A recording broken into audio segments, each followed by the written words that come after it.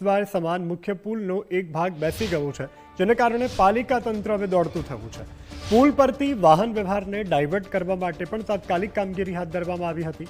જોકે ડાયવર્ઝનને લઈને પણ અનેક સવાલો ઉઠી રહ્યા છે।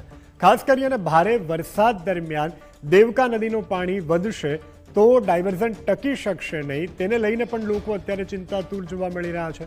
સ્થાનિકોના એવા આક્ષેપો પણ છે કે ડાયવર્ઝનના પાણીના નિકાલ માટે નાખવામાં આવેલી જે પાઇપો છે તેની સામે જ પાલિકા મોટી પાણીની લાઇન હોવાથી પાણીના પ્રવાહમાં પણ તે અવરોધરૂપ બની શકે છે।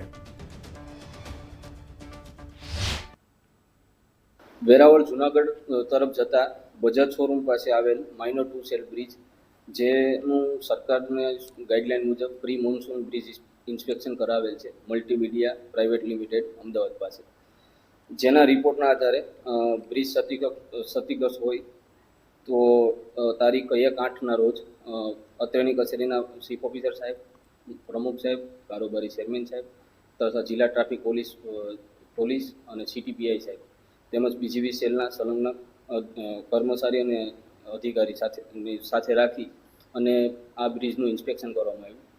અત્યારે જે ક્ષતિગ્રસ્ત ભાગ છે તેને બેરિકેડ મારી બંધ કરવામાં આવેલ છે અને બાજુમાં ડાયવર્ઝન 900 ડાયાના પાઇપ નાખીને ડાયવર્ઝનનું આયોજન કરેલ છે, જે હાલ કામગીરી પૂર્ણ થવાના આરે છે।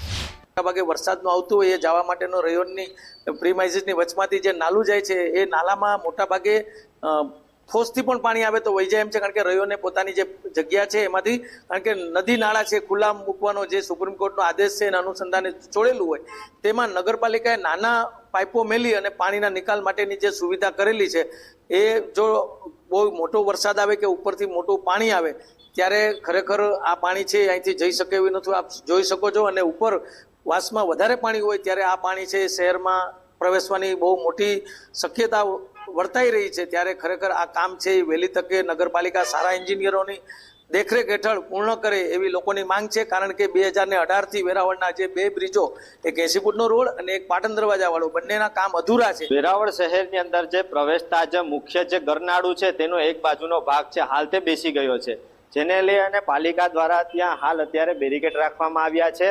હાલ જે પુલ બેસી ગયો છે તેની બાજુમાં જ પાલિકા દ્વારા ડાયવર્ઝનની વૈકલ્પિક સુવિધા ઉપલબ્ધ કરવામાં આવી છે, પરંતુ ક્યાંક ને ક્યાંક પાલિકાએ બુદ્ધિનું પ્રદર્શન કર્યું હોય તેવા દ્રશ્ય સામે આવી। વધુ વરસાદ થતા જે વિસ્તારનું પાણી છે તેના નિકાલ માટેનો આ પુલ હતો, પરંતુ ક્યાંક ને ક્યાંક પાલિકાએ બુદ્ધિનું પ્રદર્શન કર્યું હોય તેવા દ્રશ્ય સામે આવી રહ્યા છે।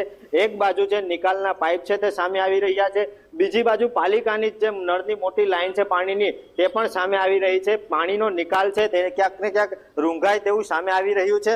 વધુ વરસાદ થાય તો આ વિસ્તારના તમામ લોકોના ઘરોની અંદર અગાઉ પણ પાણી ગળી ચૂક્યા હતા, ત્યારે હવે આ વિસ્તારમાં વધુ વરસાદ થશે તો જે પાલિકાએ બુદ્ધિનું પ્રદર્શન કર્યું છે જેને લઈ અને આ વિસ્તારના સ્થાનિકોના ઘરોમાં પાણી પણ ફરી ઘૂસશે। ચેતન અપરનાથી, ગુજરાત ફર્સ્ટ, ગીર સોમનાથ।